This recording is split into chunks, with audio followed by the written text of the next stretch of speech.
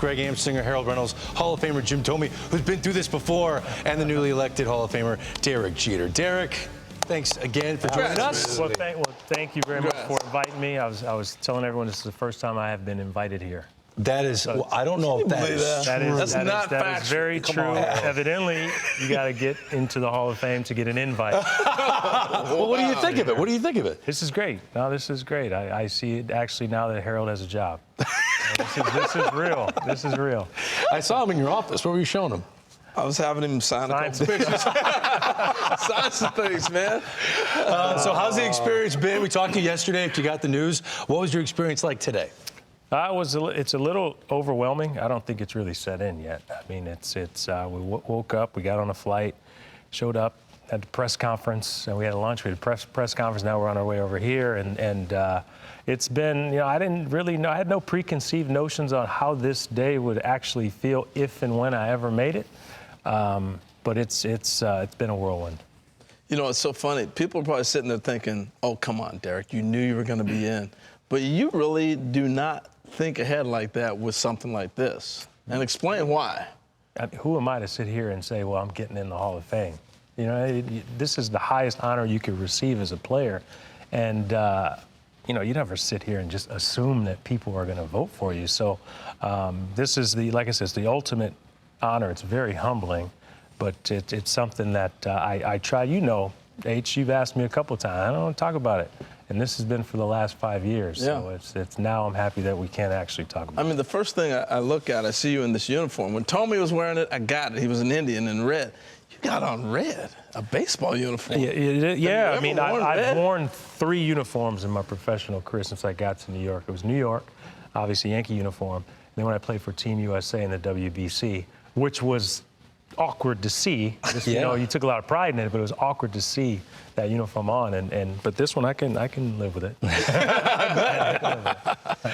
I always wondered for many years, what was it like to have players come up and ask you and say, or just basically come out and say, "You're my idol. This is the reason why I wore number 2." What did that feel like? One, it makes you feel old. That's the first thing that comes to mind. But it's flattering, man. I mean, I played for a long time. I was very fortunate to play for 20 years and play for 20 years for the same organization and play 20 years for the same organization that had a lot of success.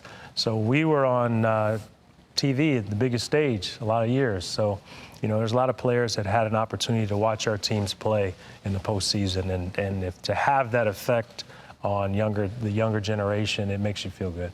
I got to imagine you had a million phone calls. And I'm sure your family, your parents, talked to all your relatives. Name the former teammate that you were on the phone with the longest. I have yet to be on the phone with former teammates. The only one that I've been on the phone with was Mr. T, because everything was happening so fast and my phone was off.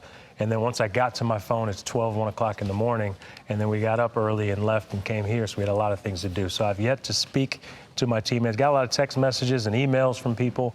I have hundreds that I haven't yet. Joe Torre, who we brought into our interview with you. I appreciate that. Yes, thank you very much. That was the only connection. Yeah, but I did speak to Mr. Steinbrenner. Hal gave me a call, and I spoke to him, and Cash was at the lunch, and we were just at the press conference. So I have been in touch with people in the organization. So what would George Steinbrenner be saying today?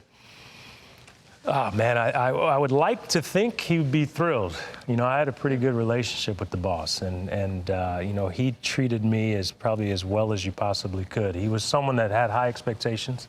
He would challenge you. I mean, he expected to win every single day, and our mindset was the same when it came to that. So our relationship really developed over time. So in '96, I got a chance to watch your first Major League home run opening day. What was that moment like in Cleveland? Yeah, it was when we got snowed out the day before, and my entire family couldn't go because my sister had a softball game. So one of my parents had to go to her game, and fortunate to get off to a good start because I was playing third. That's a whole nother segment. We're a little older now. I didn't have third base. But I was lucky, man, because I think if Tony Fernandez didn't unfortunately break his arm towards the end of spring training, I would have been shipped out to AAA. You know what happened on that though, Jim? I went back and watched this whole at bat. He tried to bunt first pitch Pulled it back. Well, he knew who was playing third. Did I? Yeah, you did. Sorry, man. I didn't do it, though. Hey, it's all good. So you got to tell us a little bit. You talked about your relationship with George Steinbrenner, and we talk about this a lot. It's one of my favorite stories, and you go back to the Congo line, the commercial, and how that all came about. So tell a little bit about how that story came about, and that really kind of fostered your relationship. Yeah, you know, it is an interesting story because every offseason I would meet with the boss. We'd have lunch at some point, and he'd tell me the same thing. I need you to be focused. I need you to win. I need you to be accountable and responsible. And we're the Yankees. We have to win a World Series. Great. We feel the same way.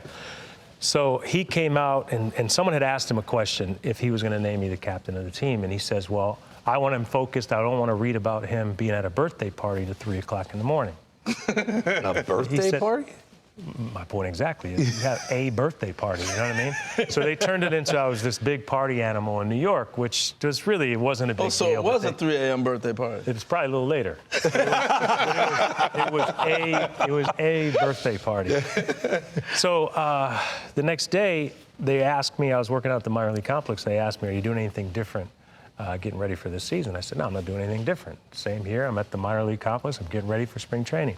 They turned that into, I refuse to change my partying ways to please the boss and be named the captain. So I was on the back page, it said party on, and now I'm this nightlife guy in New York. And so I go to the boss's office and I say, listen, this is what happened. You got me on the front page here. Now you need to fix it. So we get into it. We're screaming back and forth and yelling. And I get up to leave. He pats me on the back. I look in the hallway, and everyone's, got their ears in the hallway You trying to two are listen to what yelling? we're yelling at each other. Really? And after that, it turned into a Visa commercial.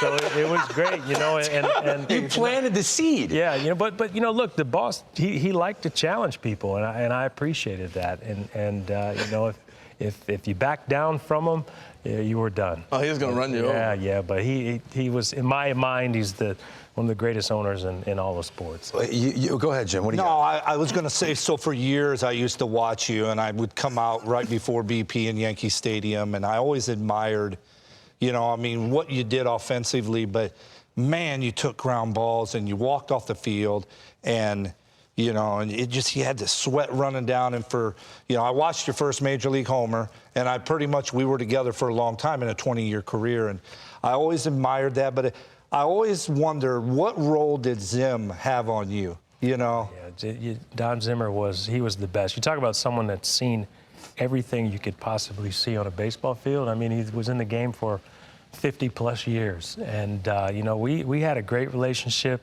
Learned quite a bit from him. I've always been a sponge for knowledge. I try to learn as much as I can. I listen a lot. And, Zim would find his way over to me, and he'd share different stories. And I tried to learn as much as I could. It was a special relationship. Yeah. So how did the core four develop? There's actually 5, 6, 7, but it ended up being 4. So how did it end up being the core four? Well, one, I think people always forget about Bernie. And the reason why, I think they started this core four after we won the championship in 2009 and Bernie wasn't there. Bernie was the reason why we got the opportunity to stay together, because everyone knows Mr. Steinbrenner was known for trading young players. And Bernie really was the first one to get an opportunity. And he had success, which gave us our opportunity to play. And once we got there, we made the most of it. But you talk about a special bond with those group of players. It's hard to do. It's hard to play together for that long on one particular team. And so many of your former teammates talk about how great of a teammate you were. Just watching the press conference today in New York City, it looks to me that you're happy that you got a teammate in this class. It's not just you. You're with Larry Walker. It seems like you enjoy that he's with you on this journey. You can't have success without teammates. That's in anything you do. That's the front office side. It's business side. You have a team around you. You have family members. You have friends. You have your support group. You need those people. And I've always been very vocal about that. You can't have any success without the help of others. And I'm ecstatic for Larry. Good guy. Don't know Larry personally that well. I'm sure I will get to know him over the next few months, but big fan of him as a player, so I couldn't be happier for him.